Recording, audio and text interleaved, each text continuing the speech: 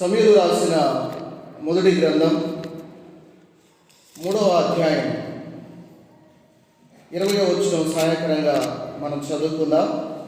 3వ అధ్యాయం 20-21వ వచనం. కాబట్టి సమూయేలు యెహోవాకు ప్రవక్తగా స్థిరపడినని దాను మొదలుకొని బెర్షెబా వరకు ఇశ్రాయేలు అందరూ తెలుసుకుని, మరియు షీలోహులో యెహోవా మరల దర్శనమిచ్చుచుండెను. షీలోహులో యెహోవా తన వాక్కు చేత సమూయేలునకు ప్రత్యక్షమగుచు వచ్చెను. సమూయేలు మాట ఇశ్రాయేలు అందరిలో వెల్లడాయెను. మంచిది, చదువుబడిన లేఖనం మన వినికిల్లో దేవుడు దేవునికరంగా మనకు పంచిపెట్టును గాక. ఈరోజు మనం సమూయేలు యొక్క జీవితంలో నుంచి యాజకత్వం కొరకు సమూయేలు సిద్ధపాటు మనం చూద్దాం. యాజకత్వం కొరకు సమూయేలు సిద్ధపాటు. Samuel preparation for the priesthood. ప్రియులారా, మనం గమనించగలిగితే సమూయేలు 20వ వచనంలో సమూయేలు యెహోవాకు ప్రవక్తగా స్థిరపడినని దాను మొదలుకొని బెర్షెబా వరకు ఇశ్రాయేలు అందరూ తెలుసుకునేది అని మనం చూస్తా ఉన్నాం. అక్కడ గొప్ప మాట ఏంటంటే, షీలోహులో యెహోవా మరల దర్శనమిచ్చుచుండెను అని మనం చూస్తా ఉన్నాం. షీలోహులో యెహోవా మరల దర్శనమిచ్చుచుండెను. ప్రియులారా, దేవుని దర్శనం, దేవుని యొక్క మాట పొందుకున్న ప్రజల్ని మనం గమనించగలమండి. దానికి కారకుడు సమూయేలుగా మనం చూడగలం. సమూయేలు అనే మాటకు అర్థం గాడ్ హ్యాస్ హర్డ్, దేవుడు విన్నాడు అనే అర్థం ఉన్నది. పిల్లరా, మనం గమనించగలిగితే సమూయేలు జీవితంలో సమూయేలు యొక్క పుట్టుక మనం గమనిస్తే 1వ అధ్యాయం 11వ వచనం మనం చదువుకుందాం. 1వ అధ్యాయం సమూయేలు మొదటి గ్రంథం 1వ అధ్యాయం 11వ వచనంలో, సైన్యములకు అధిపతియగు యెహోవా నీ సేవకురాలైన నాకు కలిగి ఉన్న శ్రమను చూచి నీ సేవకురాలనైన నన్ను మరువక జ్ఞాపకం చేసుకుని, నీ సేవకురాలనైన నాకు మగపిల్లను దయచేసిన ఎడల వారి తల మీదకు క్షౌరపు కత్తి ఎన్నటికీ రానియక వాడు బ్రతుకు దినములన్నిటను నేను వారిని యెహోవానగు నీకు అప్పగింతునని మొక్కుబడి చేసుకొనెను. ఆమె యెహోవా సన్నిధిని ప్రార్థన చేయుచుండగా అని మనం చూస్తా ఉన్నాం. ప్రియులారా, సమూయేలు యొక్క పుట్టుక మనం గమనించగలిగితే హన్నా యొక్క ప్రార్థన, తల్లి ప్రార్థన ద్వారా, తల్లి యొక్క ప్రార్థన జవాబు ద్వారా సమూయేలు యొక్క పుట్టుక మనం గమనించగలమండి. ఆమె ప్రార్థన చేస్తూ ఉంది. చాలా కన్నీటి ప్రార్థన భారంగా ఆమె ప్రార్థన చేస్తూ ఉందండి. కారణం అక్కడే మనం గమనించగలిగితే 1వ అధ్యాయంలో 6వ వచనంలో, యెహోవా ఆమెకు సంతు లేకుండా చేసి ఉన్న హేతువును బట్టి ఆమె వైరియగు పెనిన్నా ఆమెను విసిగించుటకై ఆమెకు కోపం పుట్టించుచు వచ్చెను. ప్రియులారా, ఆమెకు కోపము పుట్టించుచు వచ్చినని మనం చూస్తున్నాం. హన్నా యొక్క భర్త ఎల్కానా. అయితే ఆ రోజుల్లో దేవుని పిల్లలు కొందరు సహజంగా 2 భార్యలను కలిగి ఉండేవాళ్ళు. వాస్తవానికి ధర్మశాస్త్రం ప్రకారం ఒక భార్య చనిపోయిన తర్వాత మరొక స్త్రీని వివాహం చేసుకోవాలి. వారు ధర్మశాస్త్రాన్ని వ్యతిరేకించిన వారు ప్రియులారా. అయినా ధర్మశాస్త్రాన్ని వ్యతిరేకించిన ఆనాడు దేవుడు వారిని చూసి చూడనట్టుగా వారిని వెళ్ళినట్టు గమనించగలమండి. ప్రియులారా, ఇక్కడ మనం గమనిస్తే పెనిన్నా తన వైరియకు అన్న యొక్క వైరి మనం గమనిస్తే అన్న తోడికోడలు అని చెప్పవచ్చు అనమాట. అన్నతో పాటు ఉన్న మరొక స్త్రీ. పెనిన్నాకైతే పిల్లలు ఉన్నారు, అన్నకైతే పిల్లలు లేరు. అయితే ఆమె చాలా విసిగిస్తూ ఉందన్నమాట. పెనిన్నా అన్నాను చాలా విసిగిస్తూ ఉంది, చాలా కోపాన్ని తీసుకొస్తూ ఉంది ఆమె మాటల చేత. సో చాలా బాధపడుతూ ఉంది. అన్న ఏడుస్తూ ఉంది. అలాంటి పరిస్థితుల మధ్య దేవాలయానికి వచ్చి ఒక మొక్కుబడి చేసుకుంటూ ఉంది. దేవా, నాకు మగ కుమారుని ఇస్తే, మగ పిల్లవాడిని ఇస్తే నేను నీకు అర్పిస్తా అని దేవుని దగ్గర ప్రతిష్ఠ చేసుకుంటా ఉందండి. పిల్లరా, అలా ఎక్కడ ఆమె యెహోవా సన్నిధిని ప్రార్థన చేస్తుండగా, పిల్లరా, దేవుని సన్నిధిలో ఆమె ప్రార్థన చేస్తున్న విధానం మనం గమనించగలమండి. ఇక్కడ హన్న ఆ మాట చదువుకుంటే, వాని తల మీదకి క్షౌరపు కత్తి ఎన్నటికి రానిక వాడు బ్రతుకు దినములన్నిటిను నేను వారిని యెహోవాకు నీకు అప్పగింతులని మొక్కుబడి చేసుకొనెను. పిల్లరా, ఇక్కడ నాజీరు వ్రతాన్ని మనం గమనించగలమండి. నాజీరు చేయబడిన వారు, జీవిత కాలం అంతా నాజీరు చేయబడిన వారు బైబిల్లో ఒక ముగ్గురు ఉన్నారు స్పష్టంగా. ఎవరు వారు? న్యాయాధిపతుల గ్రంథంలో ఒకరు ఉన్నారు. వారు ఎవరు? సంసోను. రెండవది, మనం ఇక్కడ సమూయేలు జీవితాన్ని మనం చూడగలం. మూడవది, క్రొత్త నిబంధనలో ఒక వ్యక్తి ఉన్నాడు అన్నమాట. ఎవరైనా? బాప్తీసుమిచ్చు యోహాను. అలాగే పౌలు కూడా కొంచెం చూసాయిగా కనపడతాడు అనమాట. కానీ స్పష్టంగా వీరు ముగ్గురు మాత్రమే నాజీరు చేయబడిన వారు. సంసోను అలాగే బాప్తీసుమిచ్చు యోహాను వారు దేవుని చేత నాజీరు చేయబడిన వారు. ఇక్కడ సమూయేలు మనం చూస్తే హన్నా ద్వారా నాజీరు చేయబడిన సమూయేలుగా మనం గమనించగలం. ఈ నాజీరు వ్రతం మనం గమనిస్తే సంఖ్యాకాండం 6వ అధ్యాయంలో ఈ నాజీరు వ్రతం యొక్క ఎలా చేయాలో ఆ విషయాలు చెప్పబడ్డాయి. ప్రాముఖ్యంగా 3 విషయాలు, నాజీరు వ్రతం యొక్క 3 విషయాలు ఏంటంటే, ఒకటి, ద్రాక్షకు సంబంధించిన ఏది తీసుకొనకూడదు. రెండవది, తల మీదకు క్షౌరపు కత్తి రాకూడదు. మూడవది, శవాన్ని ముట్టకూడదు అన్నమాట. No wine, uncut hair, avoid dead bodies. మనం చూస్తే ఎంత మాత్రం కూడా వారు ద్రాక్ష సంబంధించిన దాన్ని ముట్టకూడదు. అలాగే తల మీదకు క్షౌరపు కత్తి రాకూడదు. అలాగే శవాన్ని ముట్టకూడదు. ఈ విధంగా వారు కొన్ని నెలలు లేకపోతే కొన్ని వారాలు వారు నాజీరు వ్రతం చేసి ఆ నాజీరు వ్రతాన్ని వారు ముగిస్తారండి. ఎలా దాన్ని ముగించాలో కూడా ఆ యొక్క సంఖ్యాకాండం 6వ అధ్యాయంలో స్పష్టంగా తెలియచేయబడ్డాయి. వారు నాజీరు వ్రతాన్ని కొన్ని వారాలు అలాగే కొన్ని నెలలు చేసి వారు ముగిస్తారు. కానీ జీవిత కాలమంతా నాజీరు చేయబడిన వారు సంసోను అలాగే ఇక్కడ సమూయేలు అలాగే బాప్తీసుమిచ్చు యోహాను మనం చూడగలం. కొంతమంది యేసుక్రీస్తు వారు కూడా నాజీరు చేయబడ్డాడని కొన్ని బోధలు ఉన్నాయి. కానీ యేసుక్రీస్తు వారు నాజీరు చేయబడలేదు. He was not Nazarite, he was Nazarene. ఆయన నజరేయుడు కానీ నాజీరు చేయబడలేదు. ఆయన ద్రాక్షరసాన్ని పుచ్చుకున్నాడు. డెడ్ బాడీస్ దగ్గరికి వెళ్ళి ఆయన ప్రార్థన చేసి వారిని లేపాడు. పిల్లరా, ఇవి మనం స్పష్టంగా గమనించగలం అన్నమాట.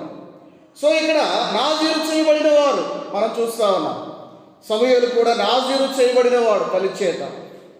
మనము కూడా అక్షరార్థంగా నాజీరు చేయబడలేదు, కానీ ఆత్మ సంబంధంగా నాజీరు చేయబడిన వారు అన్నమాట. ద్రాక్ష అనేది దేనికి గుర్తుగా ఉంది? ద్రాక్ష దేనికి గుర్తుగా ఉంది? చాలా పెళ్ళిళ్ళలో వర్తమానాలు విన్నాం మనం. ద్రాక్ష అనేది సంతోషానికి గుర్తుగా ఉన్నాడు. ప్రియులారా, ఈ లోక సంతోషము నాకు వద్దు అని మనము నాజీరు చేయబడిన వారము. ఈ లోక సంతోషము నాకు వద్దు, మాకు వద్దు అని మనము మన జీవితాల్లో మనము నాజీరు వ్రతాన్ని అనుభవిస్తూ ఉన్నాం. రెండవది, అక్కడ మంగళ కత్తి వేయకూడదు, అంటే క్షౌరము చేయించుకోకూడదు. వెంట్రుకలు స్త్రీకి దేనికి గుర్తుగా ఉన్నాయి? ఘనతకు గుర్తుగా ఉన్నాయండి. ప్రియులారా, ఈ లోక ఘనత మాకు అక్కరలేదు అని మనము నాజీరు వ్రతాన్ని అనుభవిస్తూ ఉన్నాం. ఈ లోక ఘనత మనం కోరుకోవట్లేదు. ఒకవేళ నీవు కోరుకుంటున్నావా నాజీరు వ్రతం చేయనట్టే? ప్రియులారా, మూడవది మనం గమనిస్తే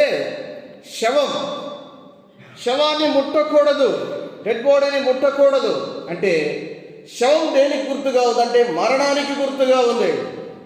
ప్రియులారా, ఈ లోక సంబంధమైన రెండవ మరణం నా మీద ప్రభుత్వం లేదని మనం ఒక నమ్మకాన్ని మనం కలిగి ఉన్నామండి. ప్రియులారా, మనం గమనించగలిగితే మనం ఆత్మీయంగా నాజీరు చేయబడిన వారం. ఇప్పటి కాల విశ్వాసమైన మనము ఆత్మీయంగా నాజీరు చేయబడ్డామండి. ప్రియులారా, ఆ విధంగా ఆ నాజీరు వ్రతము కలిగి ఈ లోక సంతోషము కంటే, ఈ లోక ఘనత కంటే, అలాగే ఆ మరణం యొక్క ప్రభుత్వం కంటే వాటి నుంచి మనం విడిపించబడి, లోకాశ మనం గమనిస్తే శరీరాశ, నేత్రాశ, జీవపు డంబం అని వాటి నుంచి మనం ప్రత్యేకించబడి మనం నాజీరు వ్రతం కలిగి మనం జీవించే వారంగా ఉండాలి. మన నాజీరు వ్రతం అక్షరార్థమైనది కాదు, కానీ ఆత్మ సంబంధమైనది. సో అటువంటి వ్రతము కలిగి మనల్ని మనం ప్రతిష్ఠించుకొని ప్రభు కొరకై ఆ నాజీరు చేయబడిన వారంగా మన జీవితాలు ముందుకు కొనసాగే విధంగా ఉండాలి. మంచిది. ఇక్కడ సమూయేలు మనం గమనించగలిగితే ఒక ప్రవక్తగా ఉన్నట్లు మనం గమనించగలం. బైబిల్ గ్రంథంలో మాట చదువుకుందాం. అపోస్తుల కార్యములు 3వ అధ్యాయం 24వ వచనం మనం సహాయకరంగా చదువుకుందాం.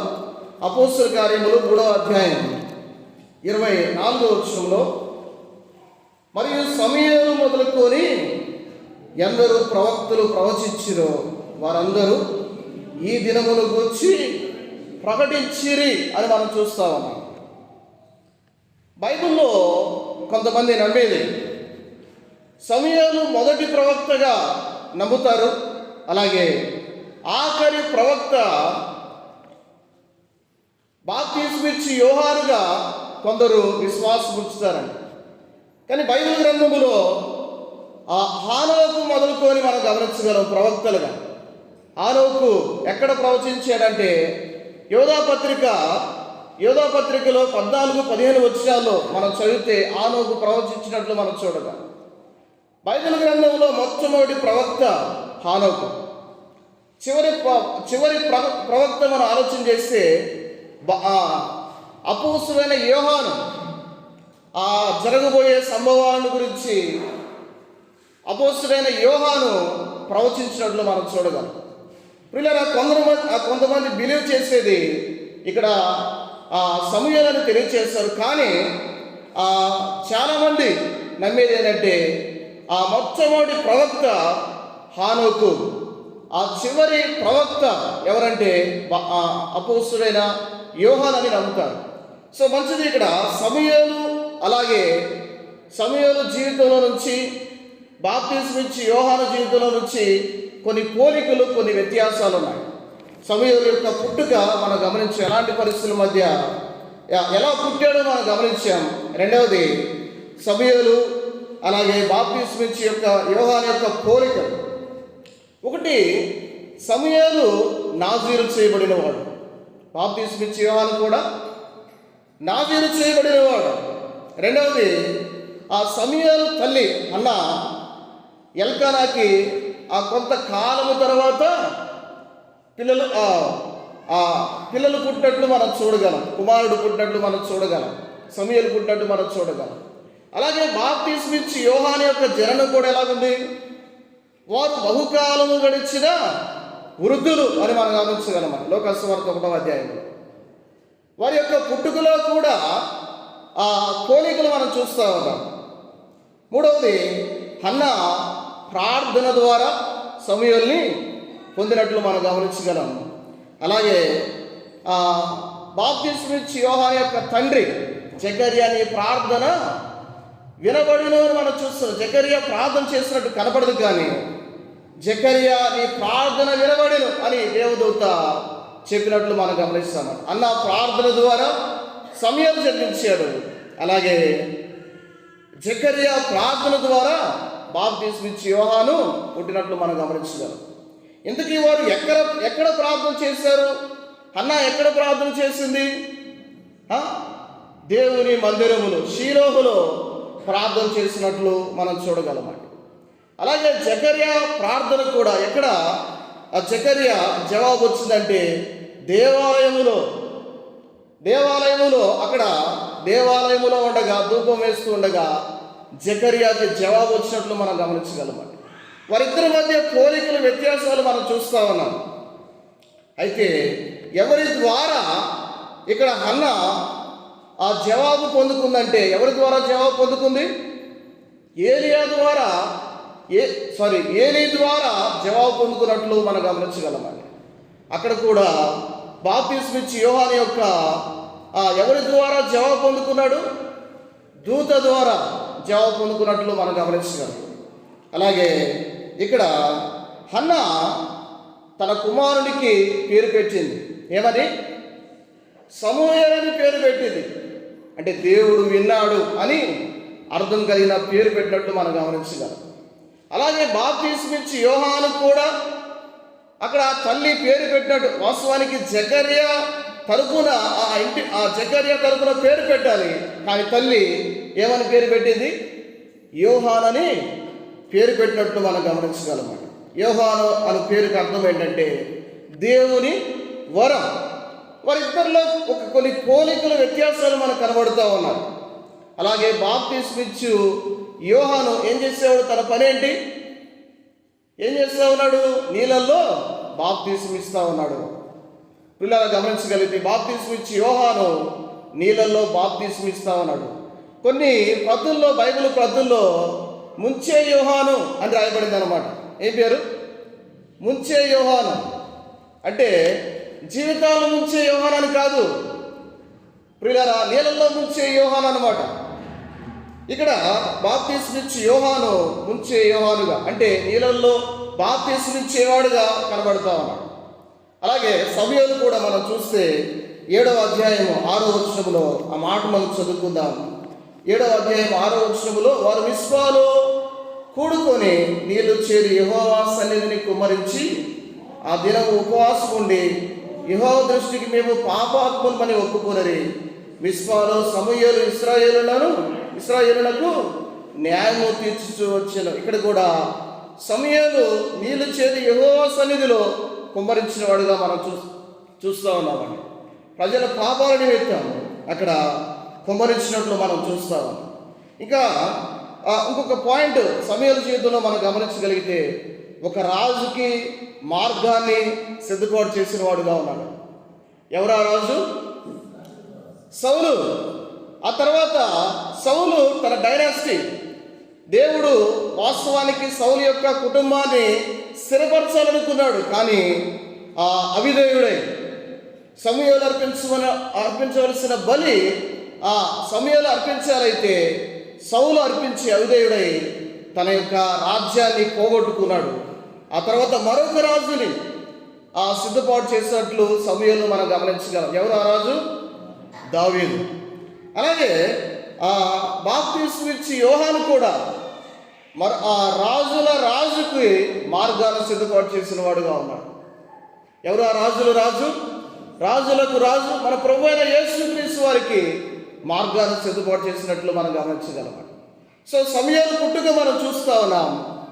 రెండోది, సమూయేలుకి అలాగే బాప్తిస్మం ఇచ్చి యోహానుకి మధ్య కొన్ని పోలికలు, వ్యత్యాసాలు కొన్ని సిమిలర్గా ఉన్నట్లు మనం గమనించగలం. అయితే మూడవదిగా సమూయేలు పుట్టిన సందర్భం ఏంటో మనం చూద్దాం. సమూయేలు రాసిన మొదటి గ్రంథం 4వ అధ్యాయం 15వ వచనం మనం సహాయకరంగా చదువుకుందాం. 4వ అధ్యాయము 15వ వచనములో, ఏలి 98 ఏళ్ల వాడై ఉండెను, అతనికి దృష్టి మందగిలినందున అతని కళ్ళు కానరాకుండెను. పిల్లరా, మనం గమనించగలిగితే ఇక్కడ ఏలికి ఎన్ని సంవత్సరాలంట? 98 ఏళ్ళ గల వృద్ధుడండి. ఇంకా వృద్ధాప్యములో ఏం చేస్తూ ఉన్నాడు? యాజకత్వాన్ని కొనసాగిస్తూ ఉన్నాడు. దేవుని యొక్క వాక్యం ప్రకారం యాజకులు అంటే లేవీలో నుంచి 25 సంవత్సరాలప్పుడు వారిని రిక్రూట్ చేసుకుంటారనమాట యాజకులుగా. వారికి దేవాలయంలో 5 years వారికి ట్రైనింగ్ ఉంటుంది. ఆ తర్వాత 30వ ఏట నుంచి వారు యాజకులుగా వారు ప్రమోట్ చేస్తారనమాట. వారు 50 సంవత్సరాలప్పుడు వారు యాజకత్వం నుంచి రిటైర్డ్ అవుతారనమాట. సో వారు ఆ తర్వాత పని చేయించాలి కానీ ఎంత మాత్రము కూడా వారు పని చేయకూడదు. ప్రియులారా, 50 సంవత్సరాలకి రిటైర్డ్ అవ్వవలసిన ఏలి 98 సంవత్సరాల వరకు యాజకత్వాన్ని జరిగిస్తూ ఉన్నాడు. కారణం, ఆ తర్వాత తరం యాజకులు లేరండి. ప్రధాన యాజకుడు ఆ తర్వాత లేరు. తద్వారానే ఏలి అక్కడ యాజకత్వాన్ని జరిగించవలసిన అవసరత ఏర్పడింది. ఆనాడు పరిస్థితులు చాలా ప్రతికూలంగా ఉన్నాయి. ఇంకా ఏలి ఏం చేస్తూ ఉన్నాడు? అక్కడ మనం గమనిస్తే ఏలి పరిస్థితి ఎలా ఉంది? 1వ అధ్యాయము 9వ వచనం చదువుకుందాం.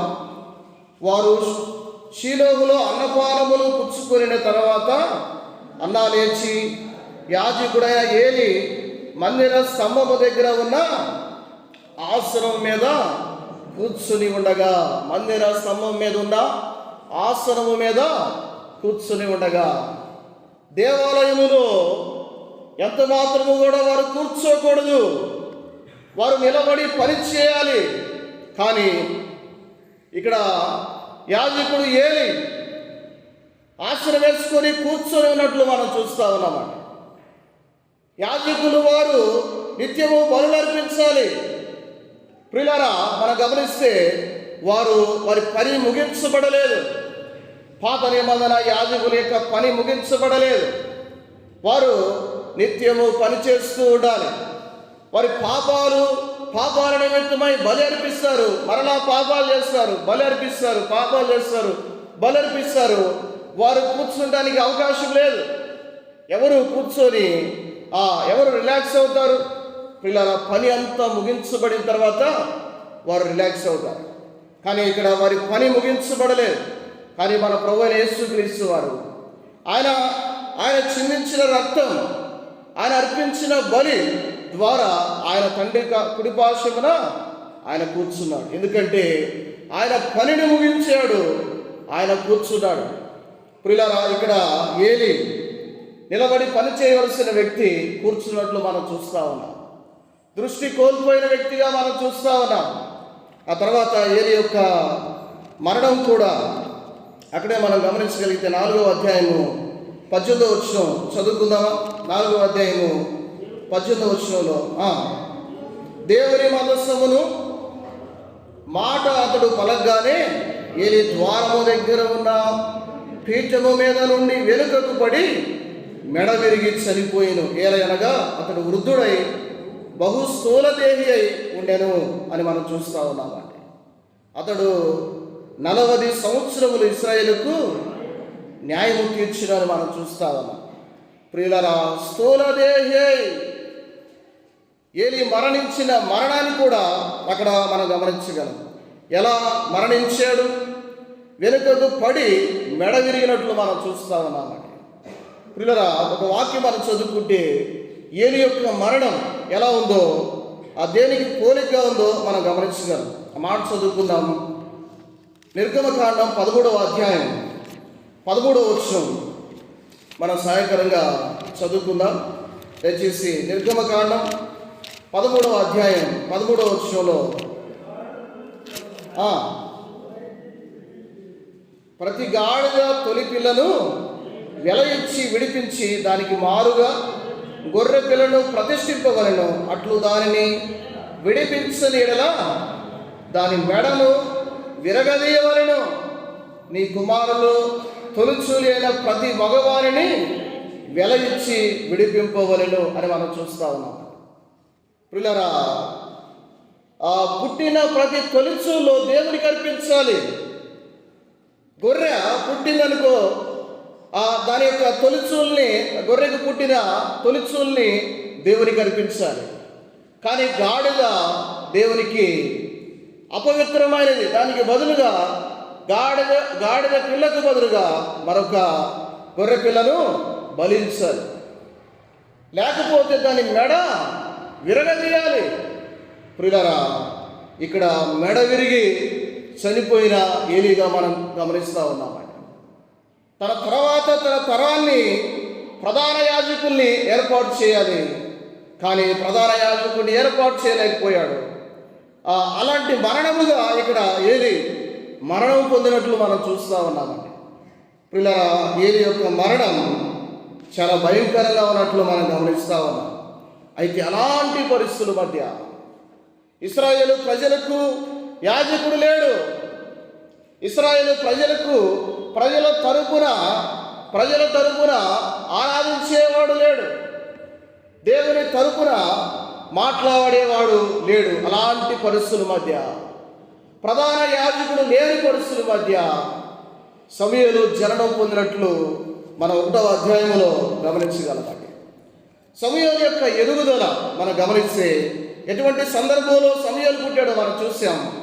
సమూయేలు యొక్క ఎదుగుదల అక్కడే సమూయేలు మొదటి గ్రంథం 2వ అధ్యాయము 19వ వచనంలో మనం చదువుకుందాం. సమూయేలు మొదటి గ్రంథం 2వ అధ్యాయం 19వ వచనంలో, వాని తల్లి వానికి చిన్న అంగి ఒకటి పుట్టి ఏటేటా బలి అర్పించుటకు తన పెనిమిటితో కూడా వచ్చినప్పుడు దాన్ని తెచ్చి వానికి ఇచ్చొచ్చు వచ్చాను అని మనం చూస్తూ ఉన్నామండి.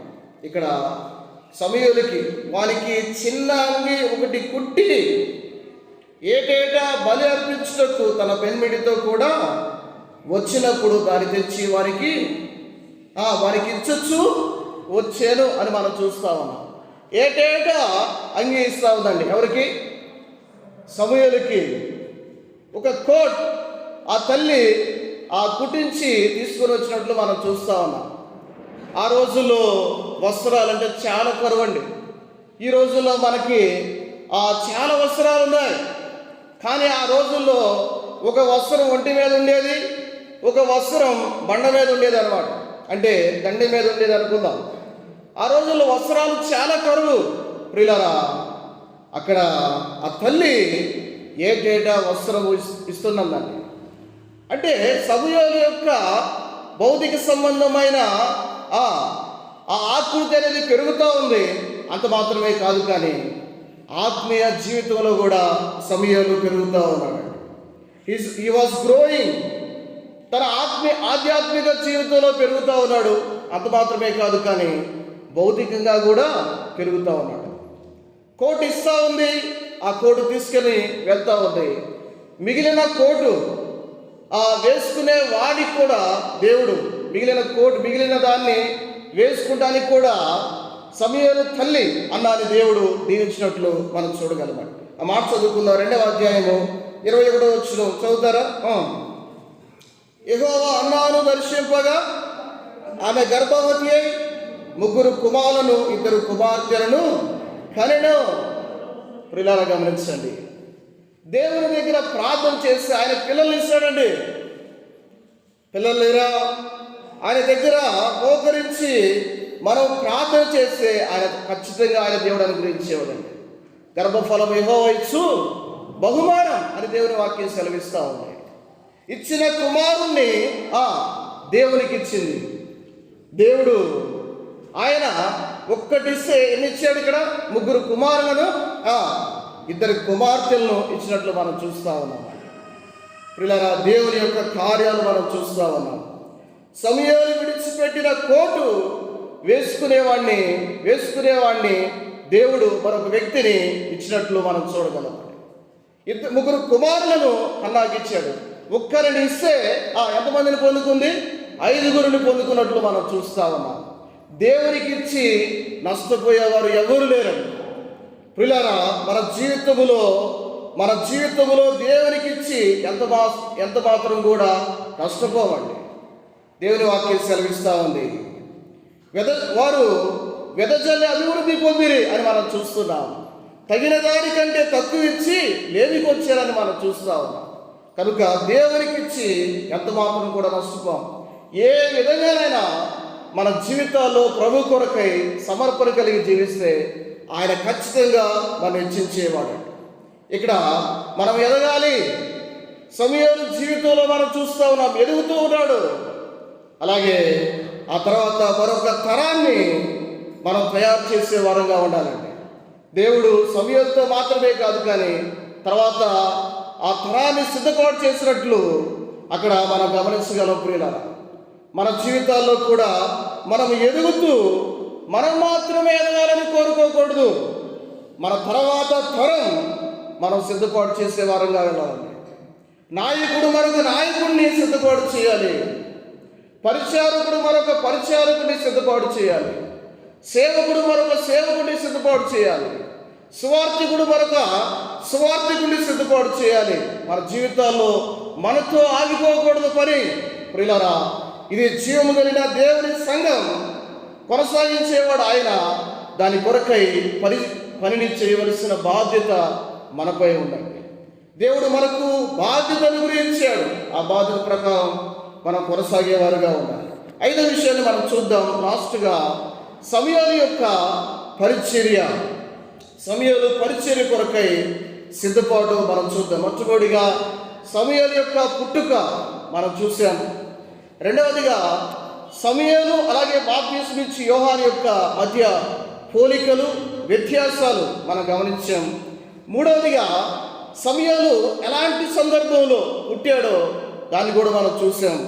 నాలుగవది సమూయేలు యొక్క ఎదుగుదల ఏ విధంగా ఉందో మనం చూసాం. ఆఖరిగా సమూయేలు పరిచర్య కొరకై సిద్ధపాటు, ఎలాంటి సిద్ధపాటు కలిగి ఉన్నాడో మనం చూద్దాం. ఆ మాట చదువుకుందాం. 1వ అధ్యాయము 28వ వచనం చదువుతారా? కాబట్టి నేను ఆ బిడ్డను యెహోవాకు ప్రతిష్ఠించుచున్నాను. తాను బ్రతుకు దినములన్నిటను వాడు యెహోవాకు ప్రతిష్ఠితుడని చెప్పాను. అప్పుడు వాడు యెహోవాకు అక్కడనే మొరొక్కాను. ప్రియులారా, గమనించండి. 3 సంవత్సరాలు, అప్రాక్సిమేట్లీ 3 సంవత్సరాలు ఉంటాయని బైబిల్ పండితులు తెలియచేస్తా ఉన్నారు. 3 సంవత్సరాలు కలిగిన సమూయేలు అక్కడ మొరుకుతున్నట్లు మనం చూస్తున్నామండి. దానికి అర్థం ఆ వ్యక్తి ప్రార్థనాపరుడుగా మనం చూస్తూ ఉన్నామండి. ప్రియులారా, మన పిల్లలు ప్రార్థన చేస్తూ ఉన్నారా? మన జీవితం వారి మీద ప్రభావితం చేయబడుతూ ఉందా? ఒకసారి గమనిద్దాం. వారు ప్రార్థన చేస్తూ ఉన్నారా, లేకపోతే వ్యతిరేకంగా ఉన్నారా? ఒకసారి ఆలోచించేద్దామండి. దేవుడు పిల్లలు ఇవ్వడం ఒక ఎత్తు, ఆ పిల్లల్ని పెంచడం మరొక ఎత్తు అండి. పిల్లల్ని కనగలము, కానీ వారి యొక్క జీవితాల్ని, వారి యొక్క లక్షణాన్ని మనం ఎలా కనగలమయ్యా అని ఆలోచించేయవచ్చు. కానీ ప్రియులారా, మనము వారి జీవితాల్ని ప్రభావితం చేయగలిగే భక్తి జీవితం దేవుడు మనకు అనుగ్రహించాడండి. తద్వారా మన భక్తి జీవితం కలిగి వారిని ప్రభావితం చేసే వారంగా మన జీవితాలు ఉండాలి. పిల్లల్ని కని మనం ఊరి మీద వదిలేస్తే ఉపయోగం లేదు. ప్రియులారా, వారిని ఆధ్యాత్మిక జీవితంలో, భక్తిలో పెంచడానికి మన మంచి ప్రవర్తన కలిగి మనం జీవించే వారంగా ఉండాలి. ఇక్కడ సమూయేలు జీవితంలో మనకు మాట గమనిస్తే అక్కడే చదువుకుందాం. 1వ అధ్యాయం 20 చూస్తే 3వ అధ్యాయము 15వ వచనం చదువుకుందామా? 3వ అధ్యాయం 15వ వచనంలో, తరువాత సమూయేలు ఉదయము వరకు పండుకొని లేచి యెహోవా మందిరపు తలుపులను తీసెను గాని అని మనం చూస్తున్నాం. భయపడి తనకు కలిగిన దర్శన సంగతి ఏలితో చెప్పగా పోయిన. అక్కడ చాలు, యెహోవా మందిరపు తలుపులను తీసెను అని మనం చూస్తూ ఉన్నాం. ప్రియులారా, సమూయేలు జీవితంలో సమూయేలు విజయవంతంగా జీవించడానికి కారణం అక్కడ ఏం చేస్తూ ఉన్నాడు? తలుపులు తీసే పరిచర్య చేస్తూ ఉన్నాడు. ప్రియులారా, మన జీవితంలో ఉన్నతమైన పరిచర్య దేవుని కొరకై చేయాలంటే మొట్టమొదటిగా చిన్నపాటి పరిచర్యతో మన జీవితం ప్రారంభించేవారుగా ఉండాలి. ఒక్కసారి మనం అందనంతా ఆకాశానికి నిత్యం చేసామంటే మనం వెంటనే పడిపోతాం. ప్రియులారా, మన ఉన్నతమైన పరిచర్యలు ప్రభు కొరకై మనం చేయాలంటే మొట్టమొదటిగా చిన్నదానితో ప్రారంభించి చక్కగా దాన్ని కొనసాగించే వారంగా ఉండాలి. సమూయేలు జీవితంలో ప్రార్థనతో ప్రారంభించాడు. అలాగే ఇక్కడ మనం చూస్తున్న దేవాలయపు తలుపులు తీసే పరిచర్య, ఉదయములు లేచి దేవాలయములు తలుపులు తీసే పరిచర్య చేస్తూ ఉన్నాడు. నిజంగా ఎంత గొప్ప భాగ్యం కలిగి ఉన్నాడో మనం చూస్తూ ఉన్నాం. ప్రియ యవనస్తులారా, దేవాలయము తలుపులు తీసేవారుగా ఉండాలి. దేవాలయములో చక్కటి పరిచర్య చేసేవారుగా ఉండాలి. అప్పుడే మన జీవితంలో చిన్నపాటి పరిచర్య మనం చేస్తూ ఉండగా మరొక పరిచర్య దేవుడు మనకు అప్పగిస్తాడండి. ఆ పరిచర్యను నమ్మకంగా చేసినప్పుడు దేవుడు మరొక బాధ్యత దేవుడు మనకు అప్పగిస్తాడు. మనం సరిగ్గా నమ్మకంగా చేయకపోతే ఆ పరిచర్యను కోల్పోతాం. ఆయన ఉన్నతమైన శిఖరాలకి ఉన్నతమైన పరిచర్యలు మనకు అప్పగించాలంటే ఆ ఉన్న పనిలోనే, ఆ చిన్నపాటి పనిలోనే నమ్మకంగా యథార్థంగా ఆ పనిని మనం చేసేవారుగా ఉండాలి. ఇక్కడ సమూయేలు జీవితంలో రెండు బాధ్యతలు మనం గమనించగలిగితే మాట చదువుకుందాం. 3వ అధ్యాయము 1వ వచనం సహాయకరంగా మనం చదువుకుందాం. 3వ అధ్యాయము 1వ వచనం. బాలుడైన సమూయేలు ఏలు ఎదుట యెహోవాకు పరిచర్య చేయుచుండెను. ఇక్కడ యెహోవాకు పరిచర్య చేయుచుండెనని మనం చూస్తున్నాం. ఇక్కడ యెహోవాకు పరిచర్య చేసే సమూయేలుగా మనం చూస్తున్నాం. అంటే టువర్డ్స్ గాడ్, దేవునికి ఆరాధన చేస్తూ ఉన్నాడు. సమూయేలు జీవితంలో 2 బాధ్యతలు మనం గమనించగలిగితే దేవుని ఎదుట పరిచర్య చేస్తున్నారు. ఒకటి, ప్రజల తరపున దేవుని ఎదుట వారి యొక్క పాపాల నిమిత్తమై దేవుని ఎదుట ప్రార్థన చేస్తూ పరిచర్య చేస్తున్నట్లు మనం గమనించగలం. రెండవది మనం చూస్తే అక్కడే 3వ అధ్యాయము 20వ వచనంలో మనం చదువుకున్న మెయిన్ వరుస మనం చూస్తే, కాబట్టి సమూయేలు యెహోవాకు ప్రవక్తగా స్థిరపడినని దాను మొదలుకొని బేర్షెబా వరకు ఇశ్రాయేలు అందరూ తెలుసుకొని అని మనం చూస్తూ ఉన్నాం. ప్రియులారా, ఇక ప్రవక్తగా దేవుడు ప్రమోట్ చేసినట్లు మనం గమనించగలగాలి. ప్రార్థన పరుడుగా ఉన్నాడు, పరిచర్య చేస్తూ ఉన్నాడు. 2వ అధ్యాయం 18వ వచనంలో మనం గమనిస్తే 2వ అధ్యాయము 18వ వచనంలో, బాలుడైన సమూయేలు నాతో నేయబడిన ఏఫోదు ధరించుకొని యెహోవాకు పరిచర్య చేయుచుండెను. ప్రియులారా, యాజకుడుగా ప్రమోట్ అయ్యాడు, ప్రార్థన పరుడు, అలాగే పరిచర్య చేసేవాడుగా, అలాగే యాజకుడుగా ప్రమోట్ అయినట్లు మనం చూస్తున్నాం. ఏఫోదు ధరించుకొని యాజకుడుగా దేవుడు హెచ్చించినట్లు మనం చూడగలం. ఆ తర్వాత ఏం చేశారండి? ప్రవక్తగా దేవుడు 3వ అధ్యాయం 20వ వచనంలో ప్రవక్తగా స్థిరపరిచినట్లు మనం చూస్తూ ఉన్నాం. దాను మొదలుకొని బేర్షెబా వరకు ఆ ప్రాంతం అంతా తన యొక్క ఆయన ప్రవక్తని అక్కడ ప్రచారం చేయబడినట్లు, తన పేరు అక్కడ మారుమ్రోగినట్లు మనం చూడగలమండి. యాజకుడు ప్రజల పక్షాన ఆ దేవుని దగ్గర ప్రార్థన చేసేవాడు. ప్రవక్త అనగా దేవుని పక్షాన ప్రజలకి వర్తమానాన్ని అందించేవాడు. ప్రియులారా, 2 బాధ్యతలు ఇక్కడ సమూయేలు చేస్తున్నట్లు మనం గమనించగలమండి. మనకు కూడా దేవుడు ఇటువంటి 2 బాధ్యతలు మనకు అప్పగించాడు. మాట చదువుకొని నేను త్వరగా ముగించడానికి ప్రయత్నం చేస్తా. దయచేసి మరొక 2-3 విషయాలు నేను తీసుకొని ముగిస్తాను. పేతురు రాసిన మొదటి పత్రిక, ఆ మాట చదువుకుందాం. పేతురు రాసిన మొదటి పత్రిక 2వ అధ్యాయము 5వ వచనం సహాయకరంగా చదువుకుందాం. 2వ అధ్యాయం 5వ వచనంలో, యేసుక్రీస్తు ద్వారా దేవునికి అనుకూలములకు ఆత్మ సంబంధమైన బలులు అర్పించుటకు పరిశుద్ధ యాజకులుగా ఉండినట్లు మీరును సజీవమైన రాళ్ల వలె ఉండి ఆత్మ సంబంధమైన మందిరముగా కట్టబడుచున్నారు. పరిశుద్ధ యాజకులుగా, ప్రియులారా, పరిశుద్ధ యాజకులుగా మనము దేవుని సన్నిధిలో మన పక్షాన, మన కుటుంబ పక్షాన, సంఘ పక్షాన, సమాజ పక్షాన మనం ప్రార్థన చేసేవారుగా ఉండాలి. మనం రాజులైన యాజకులం. ప్రియులారా, మనము యాజకులుగా మనం ప్రార్థన చేసేవారంగా ఉండాలి. ప్రజల పక్షాన మనం ప్రార్థన చేసేవారంగా ఉండాలి.